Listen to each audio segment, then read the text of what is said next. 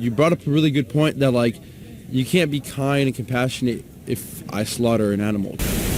Of course, killing something is, like, never technically ethical. Murder is the same thing we're doing to the animals. I don't think anybody's happiness should be, more important than the suffering and life of an animal. Objectively, like, is it necessarily right what we're doing? The answer would be no, right? Which supports your argument.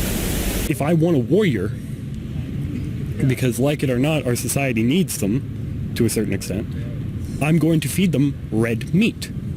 I want them to have the bloodlust necessary to kill someone, and that comes from hunting and eating red meat. How do we then morally justify paying for someone else to do it on our behalf?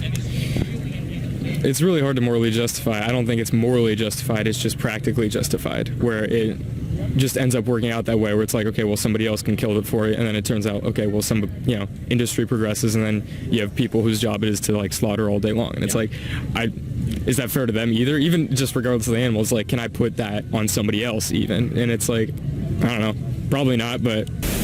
I like eating meat, and I realize that it is immoral. I do believe that they have the capacity to feel, and I do also believe that we actually underestimate their intelligence, and we... I've kind of heard how, like, eating meat over a prolonged period of time is really, like, bad for your health.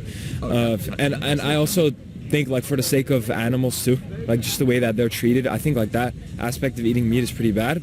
That's how we're living every day, and I feel like that in itself is very immoral. And then maybe the animals realize, maybe they don't, but eventually they kind of, like, take an animal, probably go slaughter them, and it's just like you're thinking to yourself, like, oh, I'm probably gonna be next. I mean, we don't know. The animals could be thinking that, so...